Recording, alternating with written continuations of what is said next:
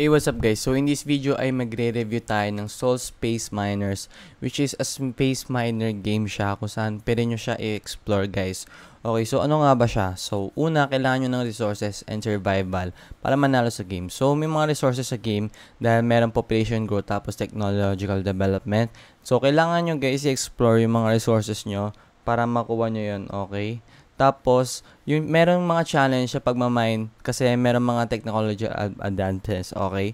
So, parang problema rin doon is i-avoid yung degradation ng Earth. I-align nyo yun sa mga sustainable na mga developmental model, no? Kapag namamayin kayo ng mga miners noon, guys, yung crucial step doon is maging self-sufficient ng mga colony outside ng Earth, no? So, this is a mining game talaga, okay? Yung continuous expedition nyo, guys, pagmamine ng mga iba't ibang planet is crucial kasi, guys, para magkaroon kayo ng mga iba't ibang minerals na may iba't ibang equal properties, okay? So, yon pag nag-create kayo ng mga new spacesuits, ng mga said materials, guys, makamine kayo ng mga iba't iba pang energy. At ang tawag naman doon ay ang dark mineral, okay? So, bear with me, guys, kasi medyo hands-on yung game na to. Medyo expert siya. So, yon pero discuss natin to. Yung Eternal Eclipse naman, yun yung team ng group ng 4 members na pwede nyo i-meet sa Telegram. No? So, committed sila para ma-bring yung NFT gaming at nasa Solana network sila. No? So, yan, anonymity sila, NFT game at magko-collect sila guys na mga miners. Okay, so meron ditong guys na Oracle box. So meron siyang kino-contain na 1 NFT spaceship, 25% OR6, 25% OR5, 50% R4. Okay, that's 1 NFT miner at access sa isang private Telegram group with the team. Okay, so ito naman siya yung mga spaceship guys. I-allow nyo na ma-transport yung mga miners sa mga iba't ibang planets. Tapos, you will earn reward depending sa mga mining power, okay? So, may mga iba't ibang rarity rin yung mga ships. Ayan, kuita nyo guys, iba't iba yung rarity. So, mga NFT space ito. So, next yung roadmap nila guys, phase 1, nagawa na nila yan yung phase ng smart contracts, launch of networks, okay. So, ito naman, yung kanilang token allocation guys. Liquidity 15%, airdrop 10%, mine 540, pre-sale 32, CX5, at marketing 5, okay. Yun yung tokenomics nila guys. No? So, as you can see, guys, ito na magtatapos yung kanilang website. Pero marami pa tayong informations na kailangan matunan, okay. So, yung pre-sale whitelist is makikita nyo. Okay, let's try to play. Okay, yan, pinindot natin siya guys, pero coming soon pa yung game nila. Okay, ito yung white paper ng game nila guys. Okay, nasa Sol siya.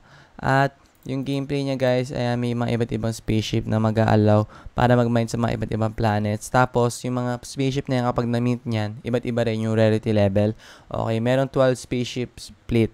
Okay, tapos, may iba't ibang rarity na depende sa rank nyo. Tapos, ito yung e-stats. Pag 5 stars, 5 workers. Pag 1 star, 1 worker. Okay. Yung miners naman, guys, ito yung mga nagmamine. Ito yung mga tao mo. At sila yung nagmamine ng dark mineral. Okay. Sa metaverse. Okay. Kapag meron kayong mga workers, guys, may mga difference din sila sa mining power nila. Depende rin sa rarity nila. So, ayan. Kapag 5 stars, 300 maximum, 200 minimum, kapag 1 star, 25% at 50%. Okay. So, meron din silang contract guys, 7 days, 15 at 30 at meron din mga costs yan. Okay. Yung fleet naman, NFT to na kino-combine yung mga workers and spaceship, no. Tapos, pwede silang i-NFT gawin entirely, no, para ma-recover yung mga workers and spaceship separately again. Tapos, meron din fuel, syempre malagay yan para ma-acquire yung expedition ng mga ship nyo. Okay. 5% yung reward ng mga planet. So, yung planet, guys, ito naman yung tinatravel nila para mag-mine ng dark mineral, no?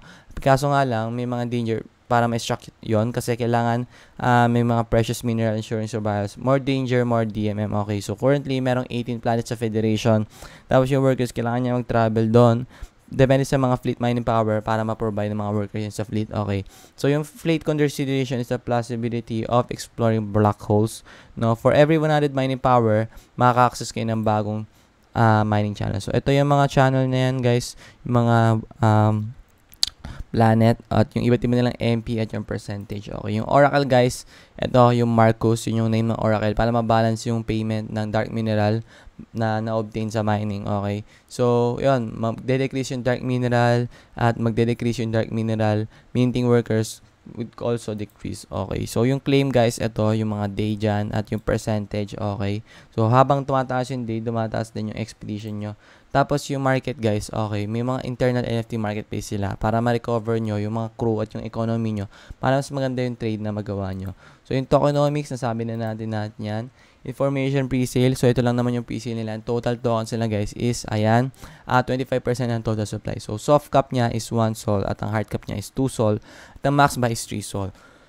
Okay, price phase 1 sol, $625 at ang price listed niya is 555. So, ang link ng presale guys is magiging available yan in the near future. Okay, yung presale contract niya guys, 1 box, 1 max presale. So, ang benefit niya guys, magkakontain na to ng 1 spaceship or 1 random miner without a special ranking. So, yung Oracle box niya, ayan, meron silang itong spaceship na ito at yung miner na ayan, okay. So, yung roadmap nila, ayan, phase 2, phase 3, phase 4, okay, expand our development team. At marami-rami na pero phase 2 nandito sila sa public sale. At yung network nila guys, pwede sila visit. Yung Twitter nila, okay. Yung Telegram nila guys, ito, Space Miners Portals. Sa Telegram, pwede nyo yun i-view. At sa Twitter naman, pwede nyo sila i-follow. Ito yan, Mining Powers. Tapos, yung giveaway nila guys, ito, pwede kayo mag-join dito para manalo ng $2,500. At pwede mag-join lang kayo para mapag-participate. Okay, so yan. At yung PC nila guys is ito, i-connect nyo lang yung wallet nyo at bibilin nyo to kung gusto nyong bilhin yung NFT nila. So, meron 7 days pa natitira para bumili. Okay. At yun lang naman guys. Dito na siguro magtatapos yung ating video. Maraming salamat sa panonood nyo. See you soon sa ating next video guys.